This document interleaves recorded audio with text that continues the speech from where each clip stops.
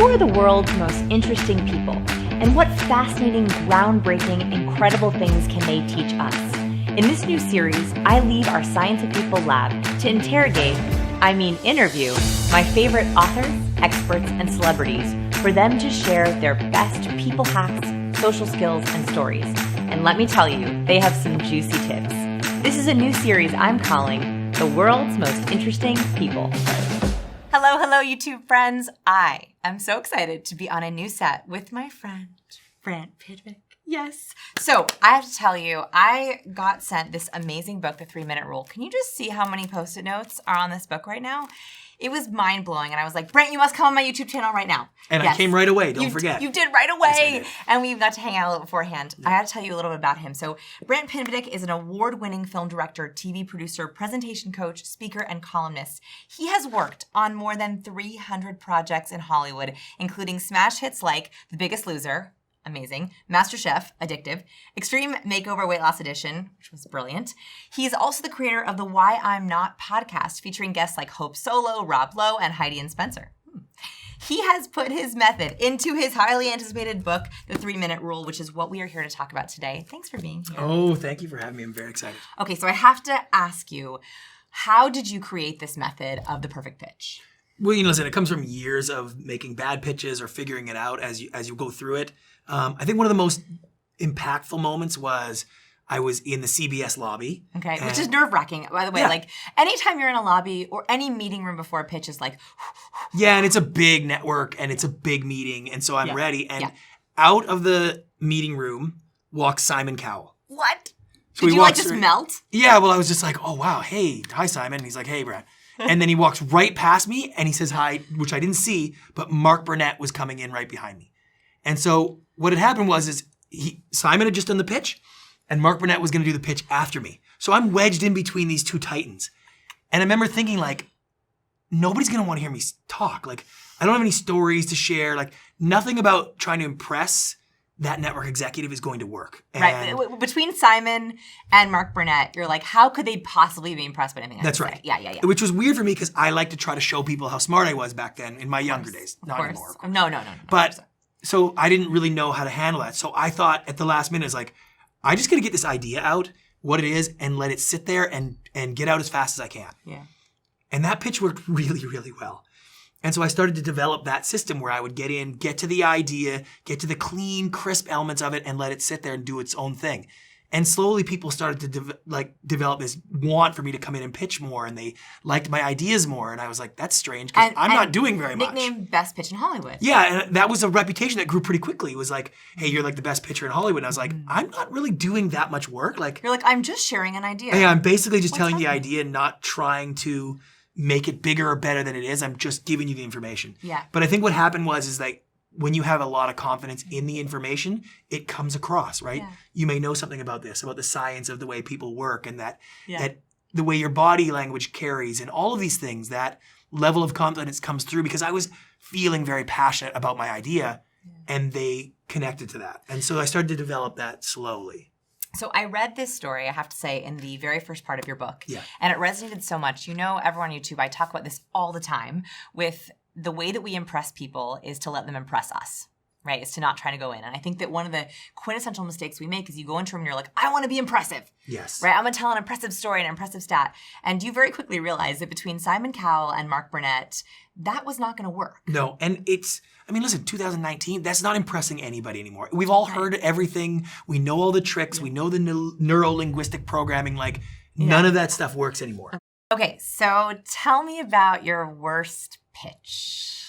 I mean, ironically, I've had a few of them. That's good though, right? Yeah, because it teaches you a lot of things, what not to do wrong. And there was one pitch it was at CBS again, and he's sort of a legendary, difficult person to pitch to. Like, I mean, legendary, like as in deathly afraid to go into that room because if it doesn't work, he says this, he just goes, great, God, I'll let you know. That's it. No questions, no nothing. And that's bad and good or just bad? No, it's just bad. Oh. Because you pitch him the idea, he won't give you a sign. He just sits there, no feedback whatsoever. So it's like pitching a wall.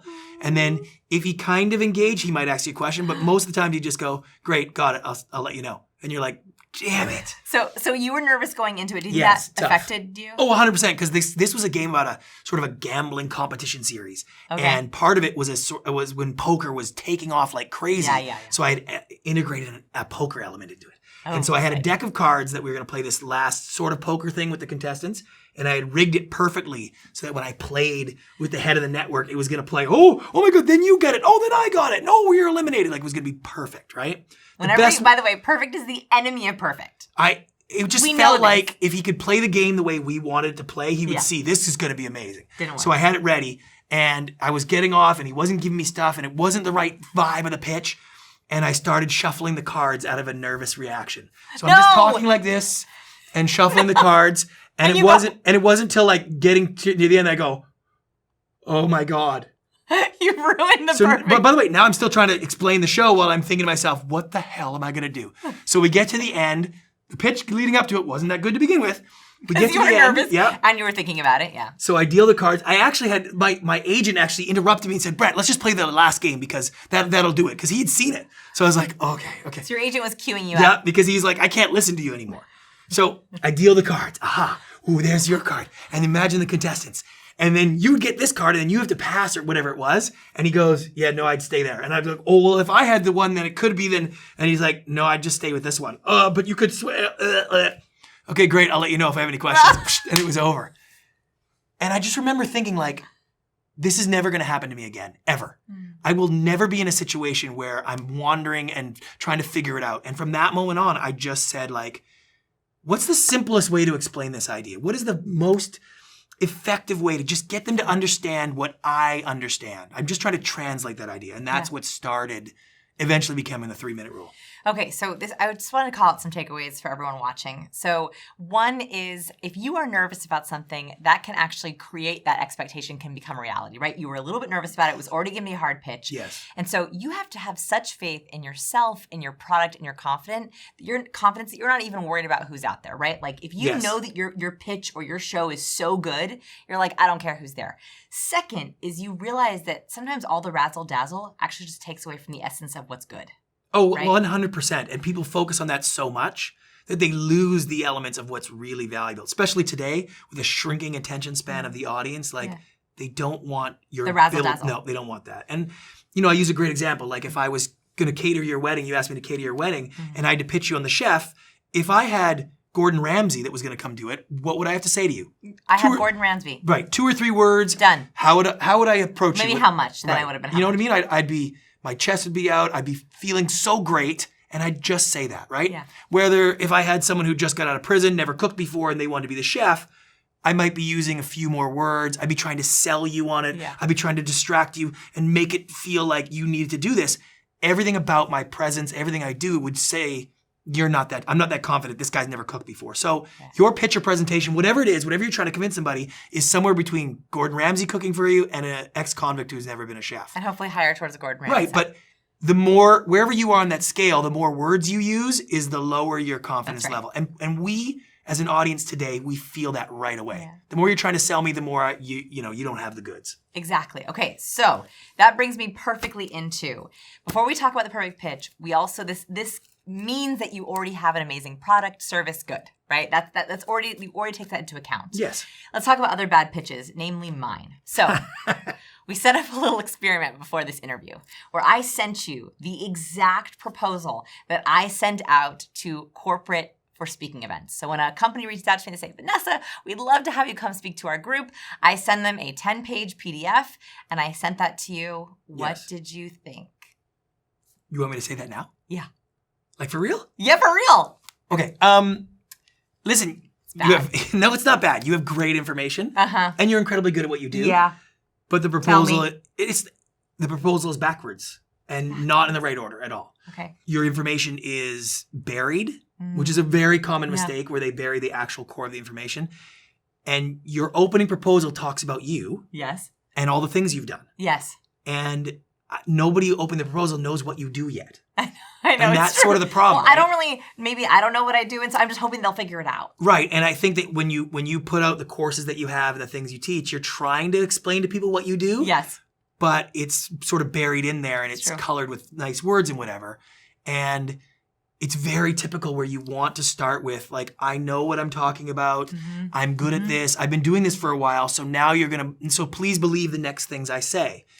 It's actually the complete and total opposite the way people process information now. Wow. What you want to do is say, here's what I do. Here's what I offer. Here's what it is. Here's how it works. And at the end, be like, and I know how to deliver this because I've been doing it for a while. Okay, so I had it backwards. Yeah. So what I did and was... mixed up and jumbled a little bit. Yeah. I know, you have to fix it for me. Yeah. And this is what we're going to do. So in this video, I thought we would do something we've never done before, which is not only talking about the book like in theory, but actually breaking down the formula of the book and fixing my pitch. Yeah. Let's fix my pitch. Yeah. Okay, so what I did, so what's amazing is you have something called the WHAC method, and also part of that method is writing down value statements on Post-it notes. Yeah. And so part of my homework before this video was to take what I think are my value statements and putting them up on the board. Now they're probably all in the wrong order, so I thought you would go through the WHAC method, we can kind of talk about it together, and then we can fill them in. So the WHAC method is a way of ordering your information so that the audience will process it in the right order. Right. So that by the time they make a decision whether they want to engage or not, they've got all of the value that you want them to have. Anybody watching knows somebody's pitched you something and you've made that decision whether you want to say yes or no in the first minute, first 30 seconds, first 15 seconds. Exactly, right? So the goal is to lead them in the information in clear steps, and there's 4 steps. Okay, wait. So I just want to pause for a second and break this down, which is you should think about your pitch in terms of that hierarchy of knowledge, right? Yes. So it's the first 10 seconds. You got to get to the first 10 seconds before you can get to the next That's exactly right. 10 seconds. Yep. All right, so should we start with the first one?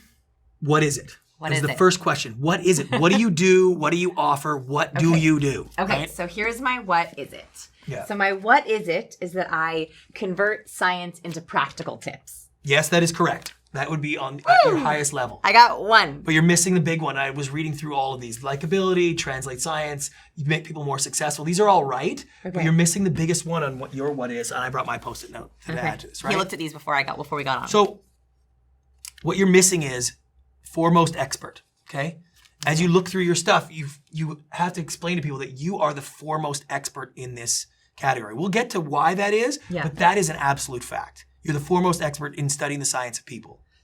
So quintessential mistake I think I was making was I was trying to start off with the how. Yeah. Right? And that was actually too far. People just first have to know. Literally how you did it. Like, as opposed to like you can sign up for a course or whatever. As opposed to how you actually became the foremost expert, which is what we're going to get in the second phase. Okay. Which is, how does it work? Like, what do you do? How does it work? First 2 questions, you get through those, that's half the pitch is done. It's true. Right But we got to get through them first, though. I'm terrible at that. Okay, so foremost expert, I convert science. I also think, and then I think this one is next. You take what is... PQ equals IQ. And it's very valuable, yes. Yeah. Is it number 1, though? No, because really, again, you take science into the practical, so what we're going to do is, what you're really good at is high-level human performance. I like that. Yes. I really like that. And what people normally associate with high-level performance in a business setting would be, they have high technical skills, or they're excellent in sales, or they're good with programming, whatever it is. Mm-hmm. But what you teach and explain to people is that high-level human performance is all things, including your PQ, your ability to be charismatic, to influence people, to get people to want to be around you, to be likable. That is a huge high-level performance skill, right? Okay. And that is really important. You are the foremost expert in this. And you convert science into the practical, which is so smart, right? Right. And so also... This is where I get really bogged down in things, which is like, okay, do I talk about the research studies here? Do I talk about how I look at hidden systems? Do I tell them what I teach, like charisma and personality? This is important because the fact that you do all the research and the studies is super valuable, right? Yeah. Very valuable. But it's only really valuable after I understand the context of what you do. Right. So this is what I call the are you sure mode. What is that? Are you sure means...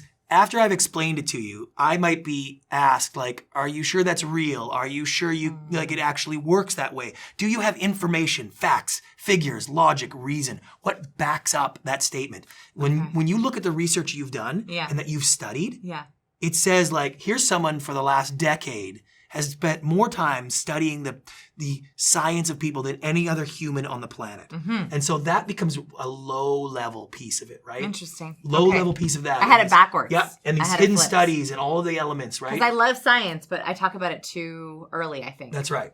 But you want to explain that you're the foremost What? expert in high-level human performance. You convert science to the practical. This science is real. Right. That's really what it is, right? That's what it is. Science is real. PQ is as valuable to an organization, to an individual, to a business as having the technical skills. So a lot of the times here's where I think, oh, I got to put social proof. I got to put other clients I've worked with. No. Wrong again. No, because wrong again. If you had all of this right, but you hadn't worked with anybody yet, they'd still be interested. Ooh. And they'd solve that problem. That's 5% of the issue. Okay. Most important is, what do you do? How does it work? Can you actually show me that it's real, right? Okay, what's next then? You can teach likability. Yes. You can teach being memorable. Yes. That's amazing, and charisma. Right? And you can teach charisma to someone. Yes. That science is real, right? Okay. This more successful. That's high-level human performance. Take it away. That's not enough, right? Can I throw it? Yes, you could throw it. And that's where I'm not a high-level human performer. Good thing that doesn't matter. Look at these PQ elements are right here. This is what I love, right?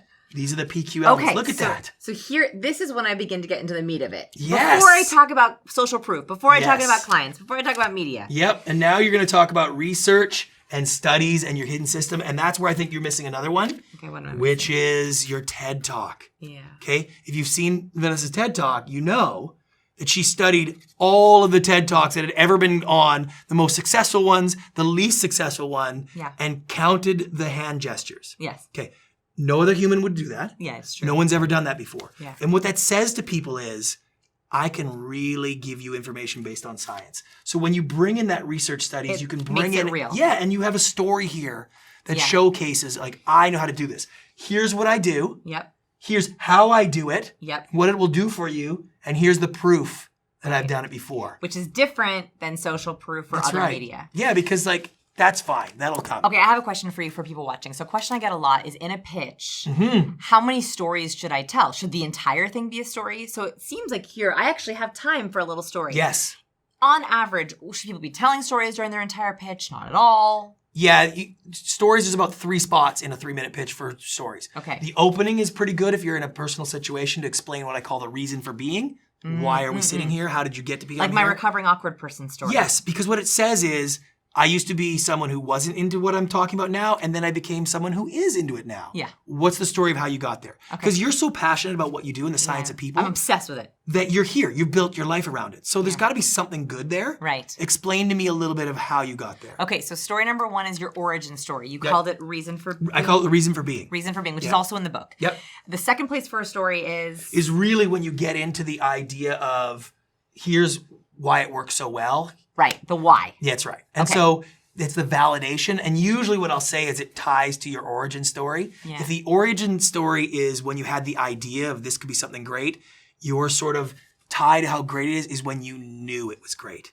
Like, when did you know you were onto something? When did you know this was going to be your life? When did you know that this was going to help people around the world, that you could actually teach someone to be charismatic? Yeah. Like, that's a mind-blowing idea, but when did you believe it?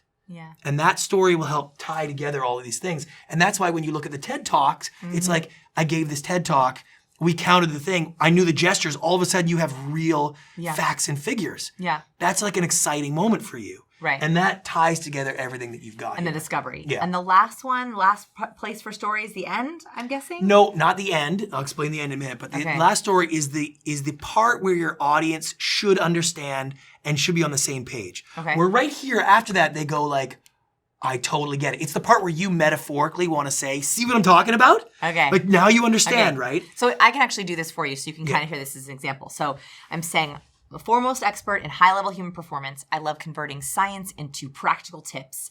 And this science is real. We're talking, so how do I do that one? Why do I, we talked about gravity before. That was so good too. I was like, wow, man, it's amazing. That's not what I read, by the way, that you said to me. That was not what my proposal said at all. So when I say science is real, I obviously believe the science is real. I believe it works. Well, listen, here's the element, right, is that you're talking about what people understand about PQ and IQ. Yes. IQ people understand, hey, you're a smart guy, you got a score. Yes. Hey, you know how to program a computer. Hey, you know how to make things in the lab. Whatever it is that those people do, that's a lot of times what people assume is the valuable skill. That's what they train their employees on, right? Yeah. What you're saying is the science of PQ is just as real as any of that. Right. And that's why we talked about gravity, which is like, can you touch gravity? Can you feel gravity? Odds at a casino. Do you know, like, are they real? They're damn real. Yeah. And so that's kind of where this fits in here, right? Where it's like, there are these hidden forces that are driving our behavior. science is real, just like right? gravity. Yep. We don't see it, we can't feel it, but we know it's there. Yeah, and right. this all becomes the science of personality. Okay, so our PQ is just as important as our IQ. We spend so much time on technical skills, but we need to do the people skills. Yeah. I can use the science of PQ to teach you the science of personality, how to be more likable, how to be more memorable, how to be more charismatic. And I do this with real research studies that I've conducted over the last decade. For example, I was fascinated with TED Talks. I wondered, why do some TED Talks go viral and some don't? So I decided to look at thousands of hours of TED Talks. Yes, I really sat down and watched thousands of hours, and I counted different variables: eye contact, smiling, hand gestures. And we found a pattern. That the most popular TED speakers use an average of 472 hand gestures in 18 minutes, whereas the least popular TED talkers use an average of 270. And I realized, boom, right there is physical evidence there's a difference between people who are popular and people who aren't. I mean, come on, who's not going to buy that, right? Yes. But how much more valuable is that now than after you explained how you do it? And by the way, we haven't even wordsmithed this yet. This is based on bullet points. Yeah. You've spent a decade doing this, and you basically explained it in a bunch of bullet points. Yeah, it's true. As well as you've probably done it the entire time, right? Right, yes. And that is really cool. And that story worked because it made that, what you were just saying, it made that aha, like it made the audience be like, I get it. That's right. Okay. And it becomes like, oh, wow. Okay. It's that moment. And then my last one that I thought for you as I went through your stuff is that's where you use your lab. Because what I've noticed a lot of times is your stuff talks about you run a lab, right? Lab, yeah. And that's a really cool phrase, but that's so far beyond where you are today, right? Like you've taken everything you've learned in the lab and developed in the lab and turned it into practical knowledge and exercises and things that people can actually be taught, which is amazing. And these days I'm doing more teaching than research. Yes. Yeah. But that's where I would use what I'd call your new lab. Down here. Yeah. Okay. Which is, this is why you've done this. This is where you became. And that's where, in your case, that's that next level of story, which is you ran a lab. You started out as basically a lab technician in a way. Running and different based studies, on what you learned, that's why you're here. Do you see what I mean? Like, if you had done that, you'd be here where I am today. You'd be trying to teach this because I put in the work, which is really cool. And that's where I end on, or am I ready for the ending, or is there something missing at the very end? So it's fine. The last sort of question in the WHAC mode is really the idea of like, can you do it? The C. Yeah, the C. Can you do it? Now, by the way, it's all in the book, WHAC. So can you do it? Yeah. Can you do it? Basically, like, have you been doing it before? What does it cost? Are you available? So Can I book you? My last bullets are like media, logos, clients. Right. Okay. That, by the way, social proof, if that's valuable in that world, those things, because then maybe it makes it a little bit better. But if it doesn't even work, it's fine. People will look past this. I'll tell you, The Biggest Loser, the biggest show my company ever worked on. Yes. Anyway, I had very little to do with getting that thing on the air, like as in none. Because the guy who pitched it, high level executive, but had never really produced a television show. Wow. So he pitched the show and the idea, the network was so into it, but he couldn't make it. The C, can you do it? The answer is no. So conventional wisdom might be like, oh, the whole thing's dead. But it's like, no, we'll just pick up the phone, call a company who can make this, and the show's on the air. Wow. That's the same thing. If you get all of this right, can you do it? Like, what does it cost? Or when's it available? It's just like logistics, and that's what you want. This is the biggest problem I see people make in pitching, is that they start with this. Yeah. Oh, do they ever? They start with what's impressive. They start with the logistics. They start with the mechanics. Yeah. The can you do it? No. But you can't do, and now I'm realizing you can't do the can you do it until you describe what it is in the first place. Because here's the way we make decisions, right? We make decisions based on 3 areas. We conceptualize, then we contextualize, then we actualize. Okay, what does that mean? So we conceptualize, we have to understand what it is and what the concept is. Then we conceptualize, or we contextualize to what it means to us. Right. How do we use it in our lives, how it's going to benefit us, what it means in the real sense. Yes. Then we actualize. Once we go through that process, then we're like, okay, how do I get it? Okay. Now, what you want to do is extend that decision-making process as long as you can for someone so that you can get in all the value that you want. Right. Because before they get to here. Right, because the statements that you make that they don't have context for aren't valuable to them. And I'm sure people in your audience will have had this happen where they pitch an idea, it seems so perfect, but the person's like, yeah, I don't get it. And you're like, what? Yeah. Because only you understand the value. You have to lay it out. Okay. And so if you can extend this and do a good job, you can extend that decision-making process to about 3 minutes. Yeah. And that gives you enough time to get all the value in. So then they're making a decision based on actual value, right? And that's when your price becomes better. That's right. Okay, how do we end? How do I end this pitch? After all of this, are you ready for the big crescendo, the 4th of July fireworks ending? I'm ready. It's nothing. There's no ending. I've experimented with every version of an ending, and you don't want to end with anything. You've done 300 different projects. Yeah. And that's the ones that sold to a network. Like I've developed thousands of them. Right. The ending doesn't mean anything. There's no closing. There's nothing you want to do. In fact, normally when I pitch or present, I literally just throw a logo up and just stop talking. Just stop talking. Because you've said everything. Yeah. So what you don't want to do is tell your audience, aha, I've been planning this and I pitch it to everybody and this is a pitch, not an actual conversation. And if you ever watched Shark Tank, you know those guys, the people who pitch at the end and they come up with some clever thing. So Shark, who wants to dive in with me, right? And then you feel like you're being pitched. You're like, oh God, right? And you see their eye roll. That's it's because true. I just took you out of the moment. And in Hollywood storytelling, we call that the suspension of disbelief. You get into the story so much that you let us run through. And if you took my favorite movie, which is like Shawshank Redemption or Braveheart, if at those end scenes a dolly with cameras walk through or whatever, it wouldn't change the context of the scene. It would just ruin it for you. Why? Because it would pull you out of the scene. And when you're pitching someone or wanting them to come to your way of thinking, if you show them that you've rehearsed it and made a pitch and done some corny ending, it's like, oh, right, you're pitching me an idea. Like it just... So a really practical example of this is literally right now. So right now we are having a conversation. This is a real conversation. This is not scripted. This is not rehearsed. This is not practiced. Right. And so the moment I turn to the camera and I'm like, so this was great talking to you. I'll see you all next time. Bye. It reminds you that we're also on a YouTube set, that we're also in a very formal setting. Yeah. But actually, this was a real conversation. That's right. So just like your pitches, it sounds like you're actually better off not having this canned, corny line. Oh, my God. Or a CTA. Where it's actually, and now book me. Yeah. And now buy the product. By the way, and that is it's such an old school idea, this call to action. Yes. Or to close. Like, they still teach it, like, to close. And I'm like, you do not want someone feeling like they're being sold. Closed. No one wants to be sold anything. It's true also, and I'm thinking about this right now, is if I'm in this great storytelling mode, I've heard all these amazing things, and then you say, do you want to buy?